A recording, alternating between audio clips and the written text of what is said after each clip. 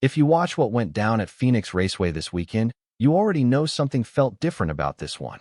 Not just because of the crash, not just because of the chaos on track, but because of what happened after the checkered flag dropped, in the garage area, in front of reporters, in the kind of raw, unfiltered moments that remind you this sport runs on real human emotion. Drivers were angry, tempers were running hot, and one of the most outspoken competitors in the entire Cup Series stood in front of a microphone and said something that has the entire NASCAR world talking right now. He didn't just complain about a racing incident. He went further than that. He suggested the move that ended his race wasn't an accident at all. And when a NASCAR driver publicly questions whether another driver tried to take him out on purpose, that's not just post-race frustration anymore. That is a full-blown crisis inside the garage. And trust me, this story is bigger than it looks on the surface. If you're the kind of NASCAR fan who wants the real story behind what the cameras barely caught, the tension, the history, the drama that builds all season long under the surface, this channel exists for you. So go ahead and subscribe because we're just getting started and this season is giving us everything. Let's set the stage properly because to understand why Ross Chastain reacted the way he did at Phoenix, you have to understand everything that happened the week before. You have to go back to Circuit of the Americas in Austin, Texas, the Echo Park Automotive Grand Prix, because that race left wounds that hadn't healed by the time the Cup Series haulers rolled into the Arizona desert. Chastain's Trackhouse racing team had a strong weekend at COTA. They were competitive. They were running up front. And then NASCAR came down with a ruling that shook the entire organization. Several crew members from Chastain's team were suspended after officials determined the car had competed with an illegal setup. The penalties were significant. The suspensions were handed down. And while Chastain himself was cleared to race the following weekend at Phoenix, because the ruling determined the driver had no direct involvement in the setup violation, the damage to the team's reputation was already done. Inside the garage, when something like that happens, people notice, people talk, and not everyone reacts with sympathy. Now here's where it gets complicated. Ross Chastain showing up at Phoenix the very next weekend, after his crew members just got suspended for an illegal setup, put him in an incredibly uncomfortable position before he ever turned a lap. He was racing under a cloud. Some people in the paddock felt the penalty was fair. Others felt it didn't go far enough. And a few, quietly, privately, in the conversations that happen away from the cameras, reportedly felt that Chastain shouldn't have been racing at Phoenix at all. That tension was sitting in the garage like a lit fuse before the race even started. And Joey Logano, whether intentionally or not, walked right into the middle of it. Think about what that feels like as a driver, showing up to work knowing half the garage is watching you differently than they were 2 weeks ago. Have you ever walked into a room where the energy shifted the moment you came through the door? Drop that in the comments because that is exactly the atmosphere Ross Chastain was navigating at Phoenix before lap 1. Now let's talk about the race itself because what happened on track at Phoenix was not subtle. Joey Logano came into the Straight Talk Wireless 500 with serious momentum.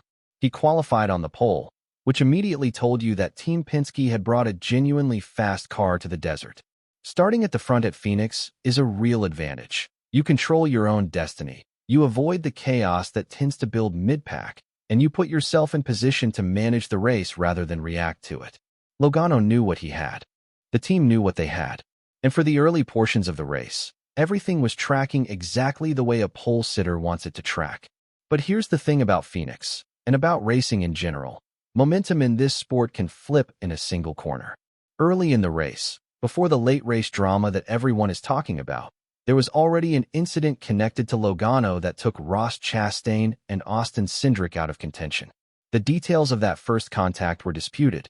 Logano's camp said it was a racing incident, the kind of thing that happens when 36 cars are fighting for position on a 1-mile oval and space disappears faster than anyone can react. Chastain's camp saw it differently. They saw a move that didn't need to be made, a move that had consequences for multiple drivers.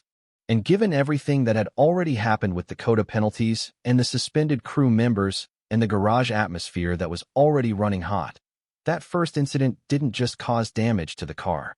It caused damage to a relationship that was already hanging by a thread. Then came lap 254 with 59 laps remaining in the race. Logano was running in traffic heading into Turn 1 when he moved up the track directly into AJ Allmendinger's path. Allmendinger clipped the right rear of Logano's car. And anyone who has watched enough Phoenix races knows exactly what happens next. When a car gets tagged in the right rear at that track, it does not recover gracefully. Logano's car snapped sideways instantly, shot up the banking, and suddenly there was a multi-car incident unfolding in real time with nowhere for anyone behind to go. Chase Elliott got collected. Allmendinger took additional damage from the contact he'd just caused. Josh Berry came flying in with no warning and absolutely no room to avoid any of it. The pole sitter who had looked like a genuine contender for the win was done. His day was over in a matter of seconds. And in the wreckage of that crash, so was Ross Chastain's afternoon. Again, what happened after the race is what turned this from a racing story into something bigger. Because Ross Chastain did not cool down between the infield care center and the media center. He came out of that evaluation and he talked. And what he said was not the standard post-race frustration that drivers express after a hard day. He wasn't just upset about the crash. He was connecting dots. He told reporters that the contact that ended his race didn't feel accidental to him. He referenced the Coda situation directly. He pointed to the suspensions that had hit his team the week before and suggested that maybe, there were people in the garage who didn't think it was fair that he was still competing at Phoenix. And then he said the thing that lit the entire NASCAR world on fire. He suggested Logano might have been trying to take him out of the race deliberately. Now, whether that's true or not, and it is important to say that Joey Logano has denied any intentional contact and NASCAR has not announced a formal investigation. The fact that a Cup Series driver said it publicly, on record, after a race, tells you everything you need to know about how serious the atmosphere in that garage had become. Is this just frustration from a driver who had a terrible week, or does Chastain know something the rest of us don't? Because the way he talked about it, calm, specific, connecting the Coda penalties directly to what happened on track, it didn't sound like someone venting. It sounded like someone who had thought about this carefully and decided the time for staying quiet was over. Other drivers who got caught up in the wreck backed Chastain's frustration, if not necessarily his specific accusation. One competitor used the word imprudent to describe the move, which in driver speak is about as close to calling someone out as you can get without using their name directly. The argument spreading through the garage was clear. Aggressive racing is part of NASCAR, always has been, always will be. But when one move collects multiple cars and takes multiple competitors out of contention for wins and points and playoff positioning, the garage expects accountability. And right now, accountability is the one thing this situation does not yet have. Here is where this story sits as we look toward the next race weekend. Joey Logano has 3 Cup Series championships. He has built one of the most decorated careers in modern NASCAR history. He is also one of the most polarizing figures in the garage, beloved by Team Penske fans, respected by everyone for his ability, and occasionally the center of exactly these kinds of controversies where the line between hard racing and something more questionable gets debated loudly and publicly. That reputation didn't appear from nowhere. It was built lap by lap, incident by incident, over a career defined by a competitive aggression that sometimes produces brilliance and sometimes produces exactly what we saw at Phoenix. Ross Chastain is not going away quietly. He never has. This is the same driver who famously ran the wall at Martinsville to gain positions in one of the most audacious moves in recent NASCAR memory, a move that people either loved completely or hated completely, with almost no middle ground. Chastain does not do things halfway, and he does not stay silent when he believes something wrong has happened to him. The fact that he is asking NASCAR to review the incident formally means this story is not finished. It is going to follow both of these drivers to Las Vegas, to Talladega, to every restart where they line up anywhere near each other for the rest of this season. And that right there, that ongoing tension, that unresolved question sitting in the middle of the championship battle, is what makes NASCAR in 2026 absolutely unmissable right now. The racing is historic. Tyler Reddick is rewriting the record books. The championship picture is dramatic. And underneath all of it, in the garage and on the track and in the press conferences where drivers say things they can't take back, there is a human story running at full speed.